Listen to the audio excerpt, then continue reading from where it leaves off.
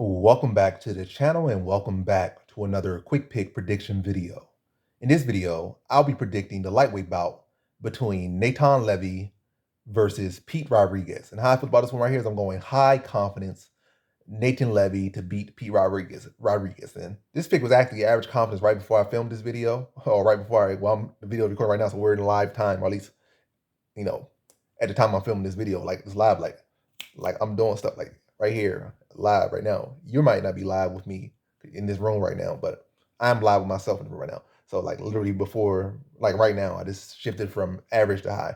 But I feel there's good historics on Nathan Levy's side. He's the more well-rounded fighter. He's the more technical fighter, and he's the fighter who already has had plenty of fights at lightweight, in the UFC. P. Rodriguez might say, I might have did this outside the UFC, I did this, might did that.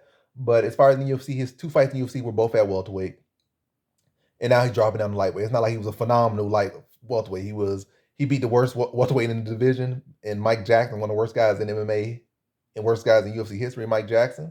And he got dogged by what's that dude? That dude Australia. I forget his name right now, but yeah, one of the more outstanding upcoming contender prospects in the welterweight division. He got starched by him, and he beat starched one of the worst guys in MMA history. So it really ain't much to say about his career. Just he hasn't had that performance. Say, oh, this guy is so good. He's so that now you to beat Mike Jackson. Like you still might as well just be unproven. You might as well just have one knockout loss on your record and just act like that fight was an exhibition. So it don't really mean much to me. So I'm gonna say an average or mediocre at best welterweight dropping down to fight a pretty decent up and coming lightweight. So typically where I'm going with this historics is when fighters cutting weight in their probably last 5-10 years don't have the best success unless maybe you're dropping down, you're like a former champion, and well, former champion might not the best either because you're just trying to struggle to get a win, and then sometimes they don't have the best record. But let's say like you're actually a very solid fighter in the weight class, but you like, I like my chances better at this weight class, or maybe I lost one fight to the champion very close, and like now just,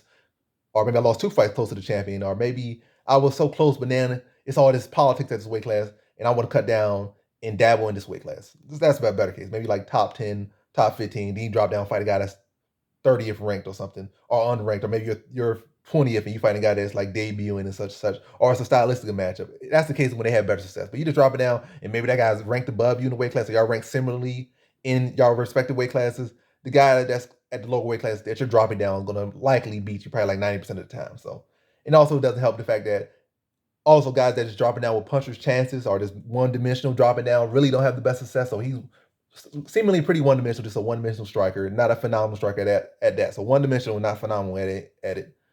And he's going down to fight a much more technical fighter who can grapple, who can wrestle, who can strike, who can move a little bit and not just be a sitting target to get hit by a big power shot. And then also when you drop it down, you're dealing with guys typically faster than guys at the upper weight class. He might look fast for a 170 pounder, but even like it's a 15, what is 170, 155. That's a 15-pound weight class difference.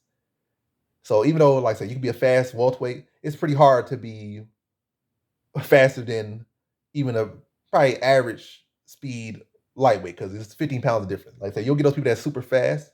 But yeah, I'm just trying to. There's a lot of different complexities to it. So it's even harder to find them. Now you'll see a lot of times, even when like greater fighters drop down weight, you see their style adjust. They might try to wrestle more when they go down the weight class. At least to slow down their faster fighter because they only get caught by those quick counters and quick stuff by this guy. Even though you might say, "Oh, he's fast, he's fast." Now the guy's 15 pounds lighter. You gotta expect him to be faster than you. His reflexes and stuff faster than you because he's used to fighting guys 15 pounds lighter than you and 15 pounds faster than you, or whatever it may be.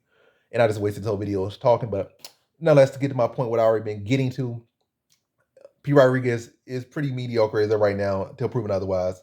One dimensional, cutting down in weight to 55 to fight the more natural, more custom 55, who's doing pretty solid for himself at the weight class right now, who can mix it up. And P. Rodriguez is really just going to be headhunting in there. So I feel like Levy can mix it up, mix the takedowns in, mix the striking in, throw some stepping side kicks, spinning back kicks, do stuff to keep Pete Rodriguez off him. And then when Pete Rodriguez starts to close distance, he can mix in takedowns, or maybe if he just starts to pressure Pete Rodriguez, he can lower level change and scoop him up out of the way. He can going back or going forward, mixing takedowns to really thwart the one track mind of Pete Rodriguez. I said Pete Rodriguez, like the one track mind of Pete Rodriguez. Stop that one track mind and mix it up on him, be more around it, and beat him to a decision. I think a finish is highly likely. I mean, not highly likely, very possible. I'm leaning the decision for Nathan Levy. Just mixing up. I think Rodriguez will be tough, but I think Levy will be much more tactical and much more diverse with his game, and also much more accustomed to the weight class than his opponent, Pete Rodriguez. So in this one, I have Natan Levy via decision.